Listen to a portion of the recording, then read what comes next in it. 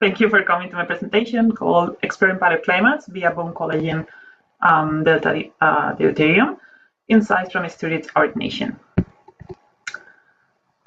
First of all, I wanted to introduce how we can study paleoclimates right now based on the main biological remains that we can find in archaeological sites. First, we have teats that we can extract oxygen isotopes, which are mainly coming from water, and also carbon isotopes that came from the plants that its animals were eating. The only limitation that these can have, one, is that teat remains are not as common as bone remains, and that they only record the first years of the animal's life because it is when the enamel is forming. So to really study the whole animal's lifespan, we can use bone collagen. And for that, typically, we can study carbon isotopes, nitrogen isotopes, or sulfur. For carbon, again, it's really related with which plants they are eating, and kind of the same with nitrogen, that are also really biased by the diet, but it also biased by the bacteria that are related to those plants. So it's really based on humidity, or really sensible to humidity. And then for sulfur, it's more used to study migration patterns or locality. So having that in mind, we saw that oxygen was the only isotope that was abiotic in its origin. So we thought, okay, which other isotopes there are on water that can maybe be studied in bone? And that is where hydrogen came into the picture. Hydrogen has two stable isotopes that are protium and deuterium, and which difference are really, or have been shown to be really related to the hydrological cycle, and also has been shown to be preserved in bone collagen. So in principle, we can take that bone collagen, extract the deuterium and the protium on them, and then from the past, kind of reconstruct how that hydrological cycle was working, or what was present there. So to check this, we decided to study Isturitz Aurignacian, which is a really well preserved and really well studied sequence in the cave of Isturitz, obviously in the southwestern part of France.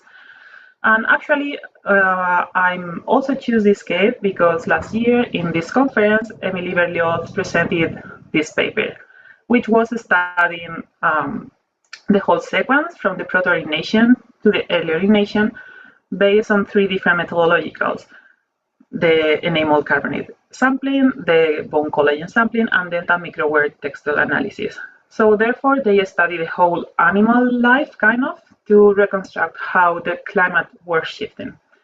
And they saw that there was a big shift between proto-Aurignacian to intermediate Aurignacian that you can see on the representations in the bottom, where both temperature and precipitation were dropping. So the system was cooling and getting more arid. And then in the early Aurignacian, the conditions increased a bit, but not as much as they were in the proto-Aurignacian. So we were in general seeing a cooling process and aridification process. So my objectives here were to see if we can use hydrogen to study local paleoclimate in a well-known and already studied climatic situation. And because I will use three different herbivore taxa, I will also want to check if this new isotope, kind of new, is specific. And here are our results for carbon, nitrogen, and sulfur that were already presented in Berlioz et al. Show, first of all, by sulfur, that all of these animals came from the same landscape because there were not significant results, which was good because we were studying then the same locality, local climate. And then you can see here in carbon and nitrogen, this first shift that they were predicting from the proto to the intermediate Aurignacian that was significant, and then from the proto to the early Aurignacian. So you can see here a first big process of shift and then the general one. And since higher values of carbon and nitrogen are related to aridification process, we can really see them here. So we were expecting to see kind of the same pattern in hydrogen, but our surprise came when we didn't saw the first shift.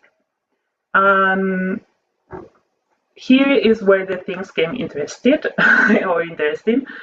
because what we are predicting that is happening here, and if it's okay for me to say it, it's really exciting, is that we are seeing the biotic part of the ecosystem really adapting really quickly to a drought condition that is starting to change in the initial phases, and then the abiotic part of the system getting gradually changed. So here we saw that the first peak was not indeed a really drop in precipitation or a really aridification process, that it was more gradual, that cooling aridification process. So again, what we were seeing here was a rapid biodiversity adaptation, where in the reconstruction did by Gabriela Moros, you saw that the plants were shifting because of this first drought condition, and animals get access to different plants or to different kind of biotic systems, and that's what we are seeing in nitrogen and carbon. While in nitrogen, we are seeing how the hydrological system, how the hydrological catchment are more stable during long-lasting gradual shiftings, and how bone collagen can record all of that.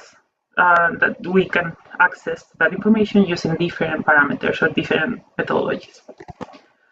And based on the results by species, we can also saw that the only animal that was really showing that shift was bison.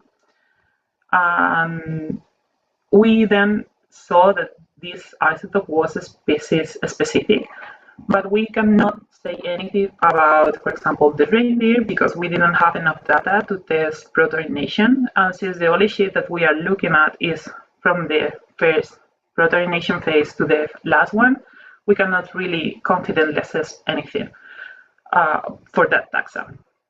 So I said that because I don't want to say that bovids are the mainly ones that are recording this kind of shifts, because we don't know, but it looks like these, at least, both bisons or aurochs in general, are going to be a good recorder for hydrogen. So my conclusions are that this study is one of the first assessments of bone collagen deuterium, or stable isotopes of hydrogen from Paleolithic fauna remains that are used as a local climatic condition proxy at the time that humans were living in the area. Also, there were significant variation in these stable isotopes across the Aurignacian and the Isturitz, so 3,000 years kind of range. Broadly are broadly consistent with predicted climatic change, and also suggest a gradual reorganization of the local hydrological catchment, while other isotopic and biometric indicators might reflect early ecological or biological responses. And also that this isotope seems to be a species-specific, where bovids are the main ones supporting the utility right now. But my main conclusion is that integrating deuterium or isotopes of hydrogen with other isotopic and climatic proxies in archaeological context are opening promising avenues for exploring both past climates and human environment interaction in increasingly nuanced ways. Thank you for listening. That was all.